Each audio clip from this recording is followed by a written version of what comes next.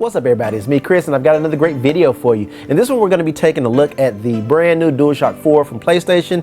Hopefully it's going to be a really good controller. I will tell you there are some differences that are advertised that might make you want to go out and get this one. So you definitely want to stick around, watch this video and let me know in the comment section what you think. So without further ado, let's get right to it. Check it out, here's the new DualShock 4 from PlayStation, and at first glance it looks very similar. You can pick this guy up right now at most stores, but you have to know what you're looking for. And if you are just looking at face value, it looks almost identical to what you've seen in the past. But if you go to the back of the box, it does show you some different things. Let me get the box situated. For instance, it shows you that you can now see the actual light up bar that was on the back through the front of the controller through the touch bar, which is really big. The buttons are also slightly different, and then there's something else about this controller that for me is what sells it. Looking at the actual controller, it looks a little sleeker. It's a little flatter black to me than the original, and I've got one of the old school OGs right here to compare it to. Wasn't gonna leave y'all hanging because I know y'all want it. I've got lots of comparisons for this video, but this is an old school one.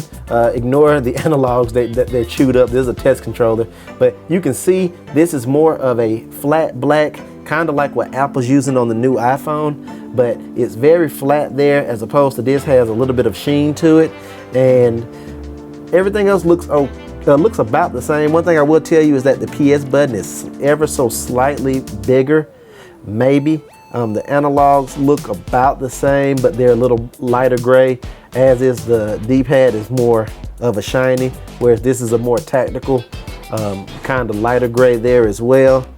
I don't think that there's much of a difference between the share and the options buttons here.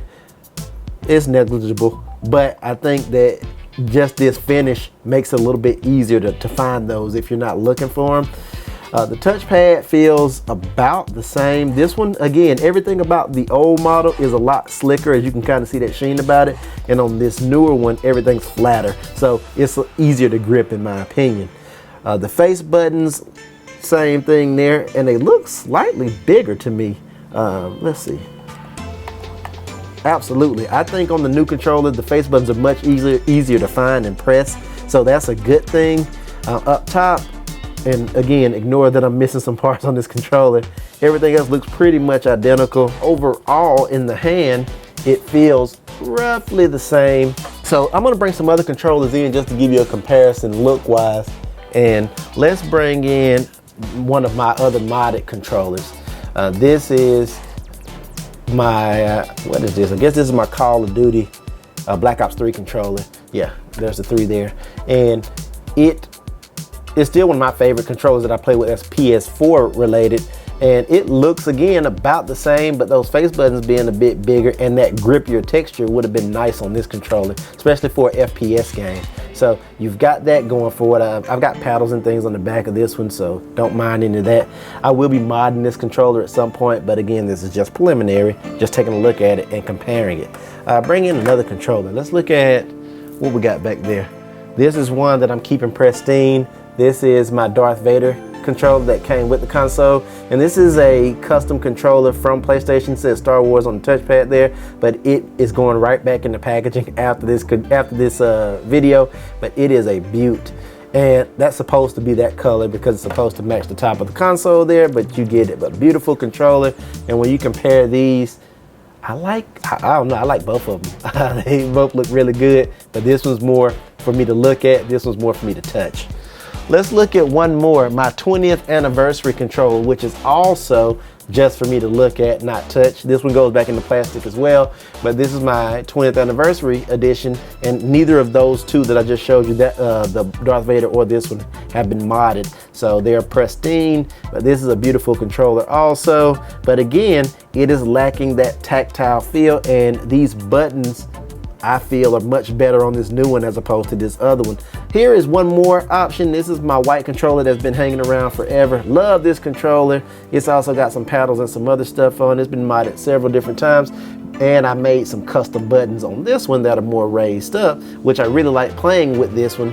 But as you can see, this controller here is very different than this, but I don't know, man. I'm gonna play a game with this, but I think I really like this better now because it wasn't an option before.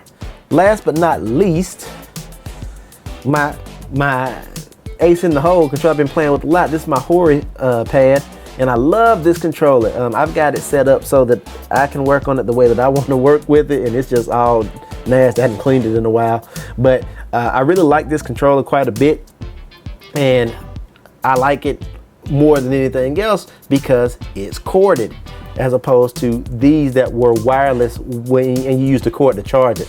Well, now this might be taking a back seat to this guy, because as of this controller, one of the cool things about this new hardware, from what I've read, we're gonna find out, is that you can go in and enable this controller to act as a wired controller as opposed to just a wireless controller. So let's go ahead and do that right now. I'm gonna plug this guy in, and it plugs in just like any other PS4 controller. I'm gonna remove my other PS4 controller, and I'm gonna stick this guy in. So we're into the PlayStation. We're gonna go ahead and light it up for the first time. And as you can see, right off the bat up front, you can now see that light, which is really cool. So you can tell where you are with your controller, and it's just nice and subtle there. And you also have it on the back, which is also really dope. I'm gonna navigate up here and go to, let's see, settings, I guess is where it would be. Devices maybe. And we're gonna go to controllers. And here we go, communication method. This is something totally new. And with this communication method, we can use it Bluetooth or use it cabled. And I do want to use this guy as a cabled controller now. So that is freaking awesome. So I just want to see something for a second. If I pop this cable, will this controller work? Nope. Let's see if we can get 2,000 likes on this video. If we can get 2,000 likes on this new PS4 controller video, I'll post a video where I compare the latency between a wireless controller, a wired controller, and this wired controller, and tell you what my opinions are.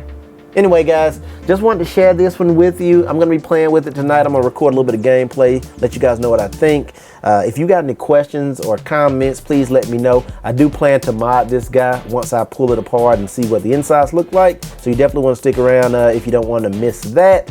Hit that like and subscribe button. Otherwise, thank you so much for watching, and I'll catch you in the next one. I am out of here.